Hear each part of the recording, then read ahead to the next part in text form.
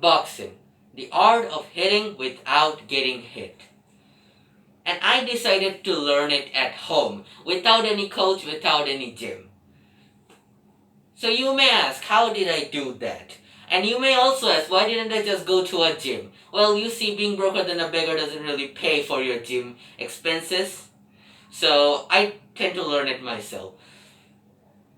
Basically, I wasted 5 days researching about boxing, and this video is a combination of all the things I've learned so far. And I won't say everything I say is 100% correct, because I had 5 days to research a martial art that has been going around for like 200 years. To make boxing more easier for me to learn, I divided it in 5 parts. The first, stance, guard, another for dodging, footwork, and the last one for breathing, reaction time, reflexes, speed, hand power, etc. I just want to say these videos take a lot of effort to make, so if you're new to the channel, please consider subscribing. I actually want to reach my ultimate goal of 10 subscribers. So yeah, enjoy the video. Okay, now we're gonna do the basic boxing stance. So what is a stance? Well, if you normally fight, we're just gonna stand like this and punch like this. We're loading our punches. But a boxing stance is simple. Well, your feet will be facing sideways, just like this. There's going to be a gap between my 2 feet, and your hips is gonna also be facing sideways. Are you gonna face sideways on your enemies? No, cause that's dumb. What you're gonna do is we're gonna face this first, where our legs and our hips face sideways. Not fully sideways, then we're gonna have to fight like this. That's not a really cool way to fight. Am I right? Hey, comment down below a name for a punching man. I'm gonna draw a face so I could get the feeling of beating someone. I don't sound like an abuser, do I? Well, what we're gonna do is bend our knees, bend over. We're gonna be light on our feet, basically on the balls of our feet. And yep, and we're gonna be facing this to our enemies, that is. And yep, we're gonna have our chins in. So when someone is aiming for our face, we don't get hit in the chin. Otherwise, we're gonna get knocked out and wake up next morning. That's embarrassing. So like this. Now we're gonna do a guard. No, not the National Guard, but a boxing guard. Why would you think of a National Guard? What you're gonna do is put one of your right hand, put it in your chin. Like this. This is like base for every guard. After that, you can do the Philly shell. It is more for like out boxers than in boxers. It was you can say it was used by Muhammad Ali. Muhammad Ali had his hands down.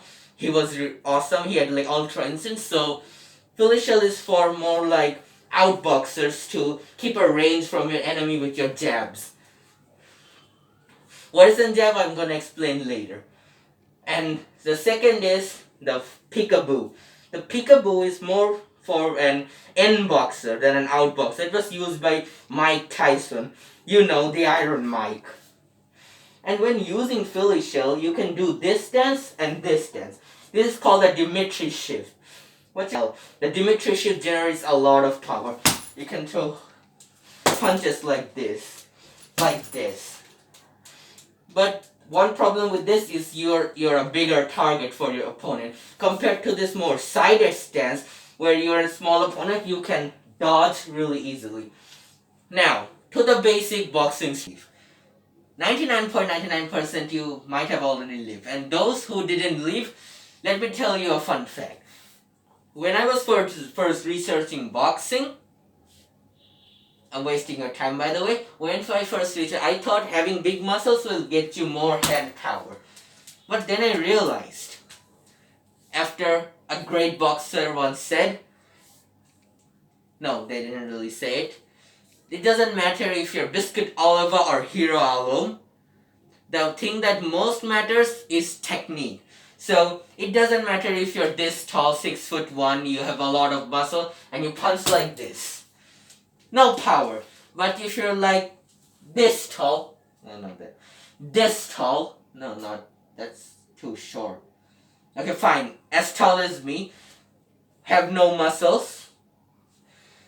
If you punch with power, it's gonna do a more of an impact than being a lot tall and punching like this. So back to our topic, strikes. Now, what is a strike, you may ask? A strike is a punch. And a normal people would punch like this, a loaded punch. You see, this punch is powerful, but it takes time. When you're reaching your opponent can punch you and you'll get knocked down. Let me catch a breath. I never talked this much.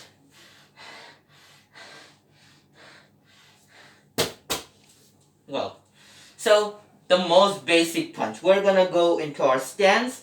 We have our guard. I'm doing the Philly shell. I'm doing the peekaboo. You can do the Philly shell if you want. And what I'm gonna do is use my left hand to punch. Now you see, I didn't load the punch. I just punched. It is more speed. So then you might ask, how do we get power in this? This has no power. Your grandma can punch better than this. So what you're gonna do is when we're gonna punch, we're gonna rotate our hips and move our front feet forward like this. Then when we're extracting, we're gonna also extract our legs back. My hand. Make sure to forward your foot and rotate your hips. So, like this. Wait, are my hips rotating? Hips, are you rotating? Punch which we're gonna learn is called the cross. We're gonna go to our basic stance, put out my Philly peekaboos, guard, and what you're gonna do is use our right hand to punch.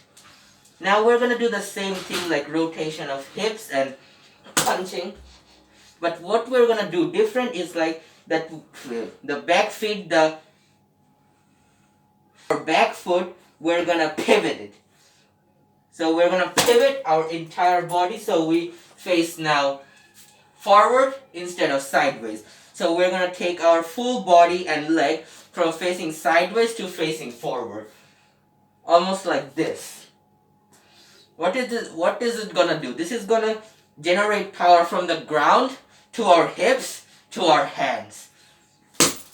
This is not only extremely fast but also really powerful. I mean, it did some damage, at least I think so.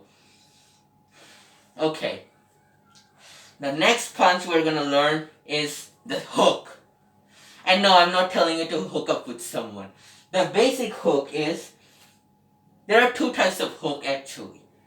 One hook is this, and another hook is called the lead hook. What you're gonna do, when we throw a hook or we throw a cross, what is gonna happen is this punch, ours, is gonna get loaded. Basically a momentum, one after another punch gets loaded. What you're gonna do when we do a cross or a side hook or the main hook, this punch is gonna get loaded. What you're gonna do, we're gonna pivot a little bit more, then hook. Another tip, always have your side guard up, like your right hand up to your chin, or you're gonna get punched by your enemy. You're not Goku, you don't have Ultra Instinct. So always have your guard up, kids.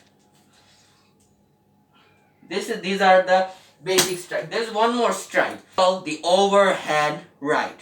What you're gonna do, when your enemy is attacking you, you're gonna duck down. Now, you can throw an uppercut from here, but we're not going to throw an uppercut. What we're going to do, as we're going down, we're going to punch, and our punch is going to be going down with us. So our enemy is punching. Imagine there's a guy here. So I'm punching like this. And how we're going to know if our enemy is right here? Another tip. Always have your eyes on your opponent. Not like me, or you're gonna get knocked out. Always have your eyes. You're gonna get scared when you're hit. I've never been hit in my life, but I know because I watch YouTube. duck. This way, we not only we can dodge our opponent, but we can use our opponent's momentum against them. Basically, overhand right can be used as a counter punch. The best counter punch, that is. As our enemy is moving forward, like that. We'll take our boxing stance and move our body forward, stretch our legs, and jump up. So what we're gonna do when our enemy is punching, we're gonna duck, we're gonna stretch our back leg, and we're gonna jump. It's almost like we're pushing our fist upwards to our enemy's chin, or if our enemy is like here, we're gonna do a body shot. An uppercut is like one of the strongest punches for an in-boxer. Because when your opponent is throwing a hook to the head or a straight jab or cross, you can duck and boom. Duck